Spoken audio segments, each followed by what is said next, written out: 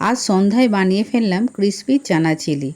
আমি এটা বানিয়েছি, খেতে কিন্তু দারুণ কাবলি ছোলার নতুন একটি আইটেম। প্রথমে আমি কাবলি ছোলা নিয়ে নিয়েছিলাম 200 গ্রামের মতো, তাকে সারা রাত ভিজিয়ে সেদ্ধ করে নিলাম।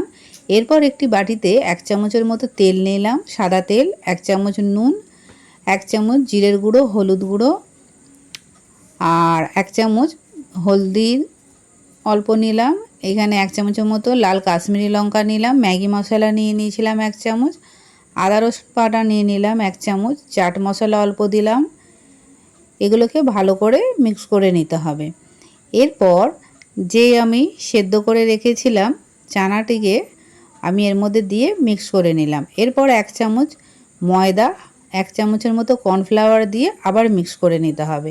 এরপর গ্যাসেতে প্যান বসিয়ে গরম তেলেতে আমি এগুলোকে ফ্রাই করে নেব।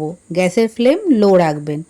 এরপর দেখুন কতটা মুচমুচে হয়েছে। এরপর গ্যাসেতে প্যান বসিয়ে আমি আবার 2 চামচের মতো তেল দিয়ে পেঁয়াজ কুচি, ক্যাপসিকাম কুচি, একটি কাঁচা লঙ্কাকে কুচি করে দিলাম, সয়া সস 1 চামচ, টমেটো কেচাপ 1 চামচ, ভালো করে এগুলোকে নেড়ে চেড়ে নিতে হবে। তারপর যে ফ্রাই করা কাবলি চানাগুলোকে দিয়ে দিলাম। এরপর ধনেপাতা কুচি দিলাম। এরপর একটু সাদা তিল দিয়ে দিলাম।